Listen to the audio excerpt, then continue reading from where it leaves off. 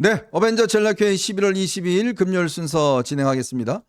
제가 며칠 전에 그런 말씀을 드렸죠. 이번 정기국회 국정감사 끝나고 나면 이제 조국에 대한 선고가 있을 것이다 라는 말씀을 드렸었는데 오늘 드디어 대법원에서 12월 12일 목요일 날 11시 45분 12월 12일 날 목요일 11시 45분에 조국에 대한 대법원 선고 판결을 할 것이다 라고 오늘 공지가 내려졌습니다. 첫눈이 내리면 그는 아마 저쪽 의왕으로 가 있겠네요. 드디어 아마 5년 만인 것 같습니다. 5년 만에 드디어 조국에 대한 이제 선고 공판이 오늘 고지가 됐습니다. 참 지연돼도 이렇게 지연될 수 있는가라는 생각을 많이 해왔습니다. 뭐 조국이라 그러면 사실 조국 사태라는 그런 말이 생길 정도로 우리 현대 정치사에 굉장히 아마 나중에 역사적 기록이 남을 것 같습니다. 그 조국이 가지고 있는 여러 가지 참 많은 일들이 있었죠. 특히 위선이라는 부분들, 내로남불이라는 부분들을 많이 남겼습니다. 우리 사회 정치뿐만 아니라 인간관계에 있어서도 조국 사태가 몰고 왔던 파장은 꽤 컸습니다. 바로 그런 조국이 5년 만에 12월 12일 날 대법원 선고가 내려진다는 것 같습니다. 어떻습니까? 이게 지금 아마 재판부가 이게 12월 9일 날 정기국회가 끝나는 거거든요. 네네. 아마 그런 면을 좀 고려하지 않나 싶습니다. 글쎄요, 재판부가 그런 거 고려하면 되겠습니까? 사법부는 사법부대로 그런 거 좌고우면하지 않고 정확하게 판결을 했었어야 됐는데, 그런데 조금 전에 이제 위원님 말씀하셨지만 조국이라고 하는 단어는요, 네. 우리나라, 내 모국 이런 그 뜻도 되지만 동시에 우리나라에 있어서는 다른 의미를 가진 단어가 되어 버렸어요. 아, 그렇죠. 굉장히 불행하게도 네.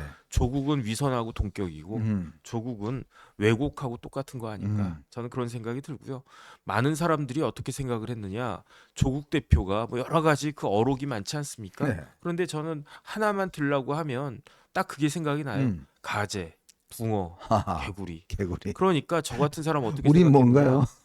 이재명이 아니라 조국 대표는 서울대 법대 교수였어요. 아, 서울대 법대 교수가 생각보다 돈을 많이 벌 수도 있어요.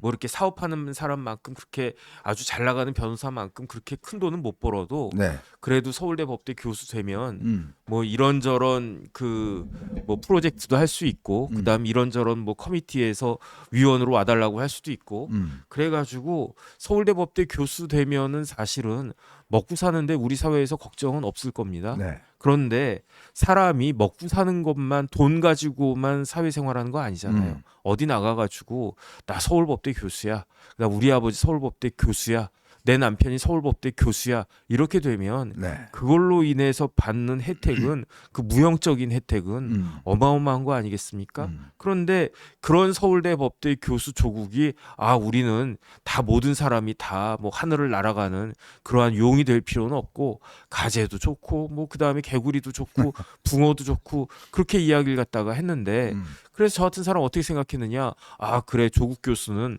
애들 있을 텐데 그 애들은 자기 하고 싶은 거 그냥 마음껏 하게 해라. 꼭 뭐 어느 집 애들처럼 뭐 우리 애 꼭 뭐 그 변호사 돼야 돼, 우리 애 꼭 의사 돼야 돼, 우리 애 꼭 교수 돼야 돼, 이렇게 하지 않고 자기 원하는 거 하는 그런 사람이겠구나라고 생각을 했는데, 그런데 어땠습니까? 네. 사실은 그 가재, 개구리, 뭐 붕어 이런 거는요, 그 조국 입장에서 보면 저 밑에 있는 그야말로 아래 것들이나 할 거고, 우리는 신성 가족이기 때문에, 그러니까 우리는 진짜 의사 돼야 되고, 조국 아들 이제 로스쿨 들어가려다가 못 들어갔지 않았습니까? 네네. 변호사 돼야 되고 교수 돼야 되고, 이런 것들을 딱 보니까 그야말로 조국하면 두 글자로 하면 위선이요, 네 글자로 하면 내로남불이 아니었는가, 네. 저는 그런 생각이 들었는데, 어쨌든 올해가 지나가기 전에라도 판결이 나온다라고 하니까 그나마 조금 다행이다, 전 그런 생각합니다.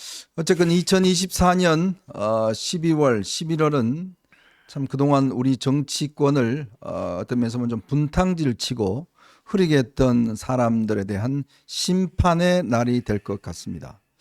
참 조국이라고 하면 저도 뭐 개인적으로 아마 여러분도 마찬가지일 거예요. 조국 사태로 인해서 많은 분들이 인간관계가 끊겨진 분들이 많습니다. 저도 사실 조국 사태로 인해서 그동안 제가 쌓아왔던 뭐 이 대학교 친구들 뭐 이런 사람들하고 다 등지는 결과가 됐어요. 즉 조국을 옹호하는가 옹호하지 않는가에 따라서 아마 여러분들 많이 말싸움도 했을 것이고 또 인간관계도 끊겼을 것이고 연락을 안 하는 분들도 생겼을 겁니다. 자, 그럼에도 불구하고 조국은 끝까지 본인이 아무 죄가 없다라는 것들을 가지고 했었고 급기야는 지난 총선에 출마해서 조국혁신당이라 하는 정말 세계사적으로 드문 자기 이름을 내세운 그런 정당을 만들어서 참 불행하게도 이렇게 11석인가요? 12석. 12석인가요? 국회 의석까지 차지하게 됐습니다. 어쨌건 이거는 현 정부의 저는 또 책임이라고 생각도 들기도 합니다. 어떻게 조국 같은 인간이 저렇게 많은 의석을 가져갈 수 있었던가라는 그런 생각도 들긴 하지만 참 그것이 이제 사법적인 이제 결론이 내려진다라는 생각이 드는데요. 업무방해, 직권남용, 청탁금지법 위반 이걸로 선고됐고요. 지금 대법원 3부는 노정희, 이흥구, 오석준, 엄상필 이 4명으로 대법원 이 소부가 구성이 되어 있습니다. 지금 현재 1심에서 징역 2년이 2심에서 징역 2년이 선고가 됐었죠. 2019년 12월 달에 기소가 됐고요. 1심 판결이 기소 후에 3년 2개월 만인 작년 2월에 처음으로 나왔습니다.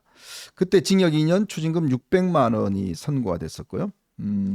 입시비리 7개 중에서 6개가 다 유죄가 됐습니다. 딸 조민의 서울대 공익인권법센터 인턴 증명서 발급, 위조 혐의, 또 허위 작성된 아들의 서울대 인턴 증명서, 조지 워싱턴대 장학 증명서 등 고려대 연세대 입시 사용한 이것들, 또 충북 법학전문대학원 지원서 허위 경력 기재한 혐의, 또 딸의 서울대 의전원 입시 때 위조 문서 제출한 혐의. 자, 여기에다 또 민정수석 시절에 의전원에 입학한 딸의 장학금 명목으로 노환중 당시 부산의료원 원장이 600만 원을 받은 청탁금지법 위반. 또 청와대 민정수석 시절 유재수 전 부산시 경제부시장에 대한 감찰 무마 혐의 총 8개 혐의가 당시에 유죄로 인정이 됐습니다. 그 4년 6개월 만인 지난 2월 8일 날 2심에서 똑같은 판결이 나왔습니다. 1심과 같은 판단을 내렸고요. 자, 그러면 이제 대법원에서 사실 법률 적용에 대한 문제가 됐기, 이게 사실관계는 이미 나름대로 끝이 났죠. 사실관계는 이제 확정이 됐습니다. 네. 이제 법적인 판단만 남아 있는데 제가 1심에서 유죄 나오고 항소심에서 똑같은 유죄가 나온 그러한 판결이 네. 대법원 가서 뒤집히는 거를 본 적이 없어요. 아하. 그다음에 그거를 누가 제일 잘 알고 있습니까? 조국 대표가 제일 잘 알아요. 네. 왜 잘 압니까? 다른 본인이 형법 교수였으니까. 그것도 서울대 법대 교수였으니까. 그러니까 조국 대표 뭐라고 그랬습니까? 법적으로는 안 되겠다. 그렇기 때문에 정치적으로 내가 그걸 갖다가 받아야 되겠다. 네. 그렇게 이야기한 거 아니겠습니까? 그 이야기는 뭐냐면은 결국은 법적으로는 내가 아무리 생각해도 무죄가 나올 수가 없다라고 하는 거를 스스로 자인하고 항복한 거나 마찬가지 아닌가. 네. 그런데 저는 사실은 지금 우리나라 정치가 이 모양 이 꼴이 되어 있는 것에 대해서 법원은 책임을 느껴야 된다. 네. 법원의 책임이 자유로울 수가 없다. 네. 특히 김명수 대법원이죠. 왜 그러느냐? 이제 김명수 대법원장 말할 것도 없고, 저는 첫 번째 유창훈 부장판사 책임져야 됩니다. 왜냐하면 당연히 만약에 그 피의자가 영장실질심사 들어왔던 피의자가 이재명이라고 하는 사람이 아니고 다른 어떤 사람이라고 했으면 과연 영장을 발부하지 않았을까. 네. 송영길 대표 영장 발부한 사람이 누구냐면요. 네. 유창훈 부장판사예요. 아, 그렇군요. 그러니까 전직 대표는 부담 없이 영장 발부하고 현직 대표는 이거 전전긍긍 하면서 말도 안 되는 궤변 가지고 영장 발부 안 하고. 두 번째 누구냐? 서울고등법원에서 지난 2월 달에 조국 대표에 대해서 법정 구속 안 하고 글쎄 말이에요. 실형 2년을 때렸잖아요. 네. 그런데 만약에 조국이라고 하는 이름이 가려지고 어떤 제3의 인물이었으면 1심에서도 법정 구속을 안 했는데 항소심에서조차, 항소심이면 사실 게임 끝나는 거거든요. 그렇죠. 그럼 만약에 1심하고 다른 판결을 하겠다라고 하면 제가 이해를 하겠는데 네.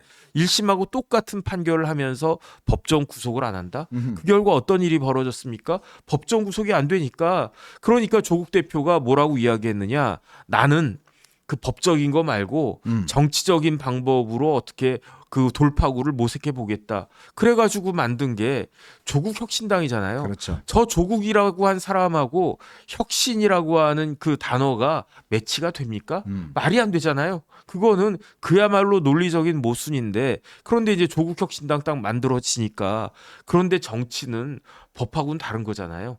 그야말로 그 조화무쌍한 게 그 정치 아니겠습니까? 네. 조국 혁신당이 생기니까 처음에는 지민비조 그랬단 말이에요. 아, 맞아요. 그러니까 한 푼만 줍쇼 이렇게 된 거죠. 왜냐하면 조국 대표가 민주당 나가가지고 민주당 찍어주시고 그런데 비례는 우리한테 한 푼만 줍쇼 이렇게 네. 됐는데 분위기가 요상하게 흘러가가지고 처음에는 지민비조로 시작했다가 결국은 비조지민으로 간 거 아니겠습니까?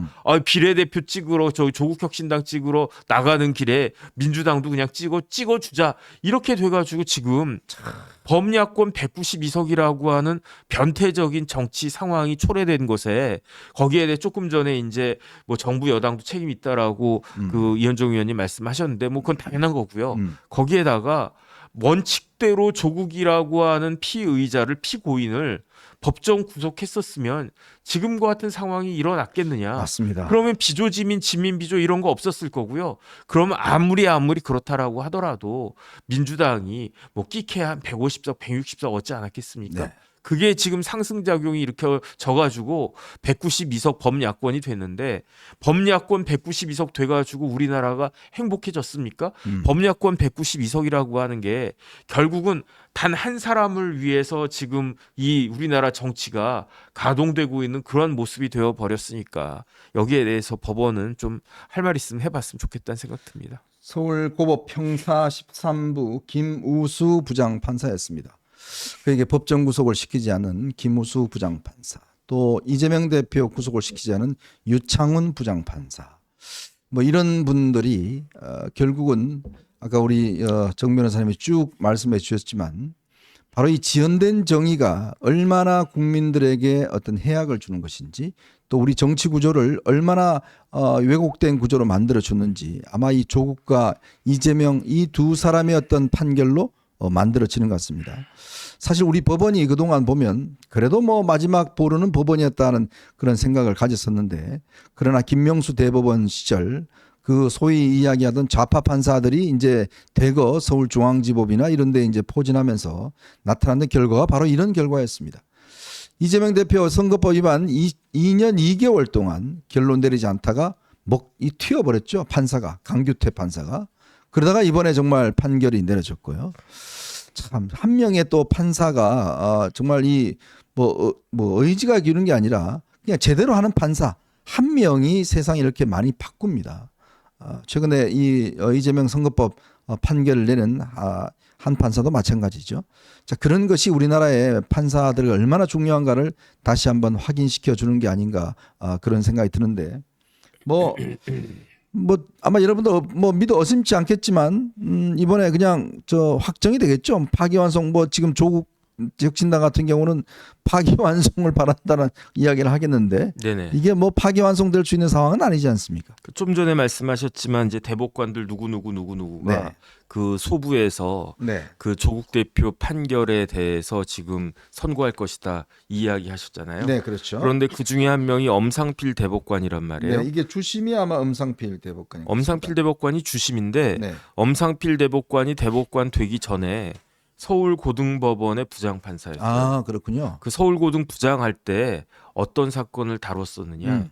정경심 사건을 다뤘어요. 아, 그래서 정경심 교수에게 징역 4년을 선고한 사람이 엄상필 당시 서울고등 그렇군요. 부장판사였는데 뭐 법리적으로도 이렇게 똑바로 했으니까 대법관이 되셨겠죠. 음. 만약에 얼렁뚱땅 뭐 이렇게 넘어갔으면 설마 대법관 조희대 대법원장이 네. 엄상필 대법관 뭐 이렇게 대법관으로 이렇게 추천했겠습니까?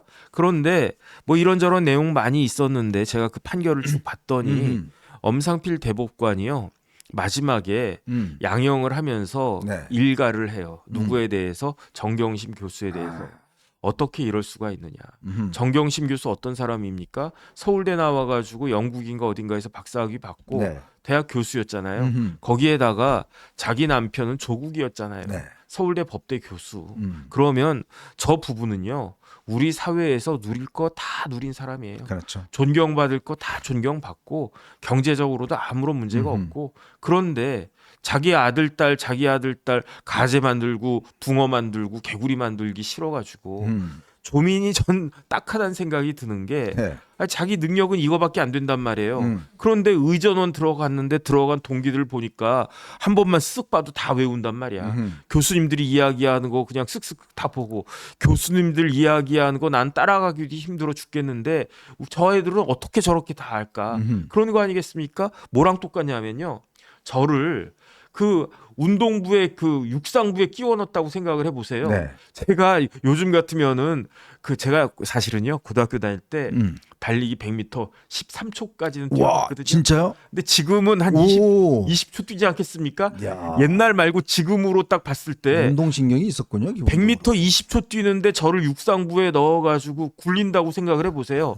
그 애들이 다 11초, 12초 뛰는데 제가 20초 뛰고 있단 말이에요. 그러면 얼마나 자괴감 들었겠습니까? 네. 저는 그런 느낌을 조민이 그 받지 않았을까? 그러면 한편으로는 좀 딱하다 그런 생각이 들었었는데 그런데 저 부분에 대해서 엄상필 그 당시 부장판사가 재판장이 뭐라고 이야기했냐? 끝까지 반성을 안 하는구나. 끝까지 반성을 안 한다. 피고인 정경심 끝까지 반성을 안 하는구나. 네. 그것도 모자라가지고 제가 아주 그냥 귀에 쏙쏙 박혀가지고 지금 기억이 아주 생생하게 나는데 네. 그런데 어떻게 저 사람은 교수라고 하는 사람이 음흠. 어떻게 자기의 책임을 아. 자기 아랫사람 뭐 밑에 있는 조교 뭐 누구 쭉 있지 않았습니까? 네네. 그런 사람들한테 어떻게 책임을 전가하려고 하느냐. 참 말도 안 된다. 네. 그래서 징역 4년 때린다 그랬었단 말이에요. 음. 그 엄상필 그 재판장이 지금 대법관이 되셔가지고 그래서 지금 조국 사건에 주심을 맡고 있는 겁니다. 네. 그러니까 고등법원에서 정경심 사건이나 조국 사건이나 뭐 그냥 뭐 이번에 정경심도 나옵니다. 그날. 네. 뭐 네. 어퍼치나 뭐 매치나 뭐 또 거의 뭐 유사한 사건 맞습니다. 아니었겠습니까? 그러니까 엄상필 대법관은 누구보다도 이 사건에 대해서 잘 아는 사람이 또 주심을 맡았기 때문에 달리 판결이 나올 거라고 저는 생각이 되지가 않습니다. 이번에도 정경심도 대법원 판결이 나옵니다. 그러니까 지난번 살았던 거 말고 이번에도 이제 그 판결이 나오고 참 묘하네요. 또 엄상필 주심이 또 그걸 맡았다고 그러고 네네. 이 부부에 대해서 맡았다고 그러고 뭐 조국이 그렇게 이야기를 했죠. 들어가서 뭐 몸 좀 만들어 나오겠다라고 이야기를 했는데 저는 정책으로 보자면 이 조국 당은 조국이 들어가는 순간 아마 연기처럼 없어질 겁니다. 뭐 아마 다들 이 조국이 좋아서 온 사람이 아니라 참 급조된 사람으로 인해서 뭐 황운하도 이제 곧 아마 선고가 이루어질 것 같은데 이제 구성된 당이기 때문에 이 정당이 가지고 있는 정치적 정체성은 거의 없다고 봐야 되죠. 그리고 거기 있는 인물들 뭐 아마 몇몇 보시겠지만 뭐 국회에 나올 때 어디 신문에 한 줄이라도 나눠요. 전혀 그렇지 않습니다. 저는 아마 결국은 이제 이재명과 조국이 함께 맛이 가면서 결국은 이 야권 내에 큰 어떤 좀 소용돌이 치는 정계 개편이 좀 있지 않을까. 네네. 왜냐 조국 없는 뭐 조국 혁신당은 안고 없는 뭐 찐빵이나 마찬가지 아니겠습니까? 뭐 이현종 없는 어벤져스 아니겠습니까? 또 왜 그러세요? 역시 바로 순간적으로 이렇게 지금 저희 뭐 짠 거 아닙니다. 역시 네네. 역시 우리 정 변호사님 머리가 좋으세요. 어떻게 그 순간을 역시 하여튼 뭐 어쨌거나 이재명 없는 민주당. 조국 없는 조국 혁신당. 그럼 뭐 전혀 의미가 없는 거죠. 그렇다면 뭔가 이 두 개의 어떤 이 집단이 그래도 정치적으로 뭔가 하려면 뭔가 좀 이 움직여내서 개편이 이루어져야 되는 거 아니겠어요? 네네. 그럼 아마 제가 볼 때는 뭐 내년 초쯤 되면 실제로 이 야권의 어떤 정치적 판도가 꽤 바뀌지 않을까 싶어요. 그럴 수 있죠. 그 다음에 월요일에 이제 위증교사 관련해서 월요일 또 나오는군요. 실형이 딱 나온다. 네. 다음 주가 되게 중요해요. 왜 중요하냐? 월요일에는 이재명 대표 위증교사 판결 나오고요. 네. 목요일에는 뭐가 나오느냐? 이재명의 정치적 후원자 네. 김인섭의 대법원 판결이 나옵니다. 완전히 주간이네요, 주간. 그 다음에 금요일에는 네. 어떤 판결이 나오느냐? 이화영 부지사 수원 고등법원 항소심 판결이. 항소심 나오는. 그러니까 다음 주에는 월, 목, 금 굉장히 중요한 판결들이 나오는데 와우. 그게 하나하나가 다 이재명 대표한테 음. 타격을 주는 거 아니겠습니까? 그러네요. 그러니까 사람이 이제 그 맷집이 아무리 세도요. 한 대 맞을 때 하고 버텨요. 두 대 맞을 때 하고 힘들어요. 네. 세 대, 네 대, 다섯 대 맞으면은 마지막에 살짝 건드려도 KO 당하는 거 아니겠습니까? 그렇죠. 그런 지금 이재명 대표가 맷집이 대단하다라고 하는 거를 지금까지는 보여줬는데 그런데 겉으로는 막 유리같이 빛나고 막 그래 보여도 속으로는 지금 골병 들어가지고 네. 얼마 안 남지 않았나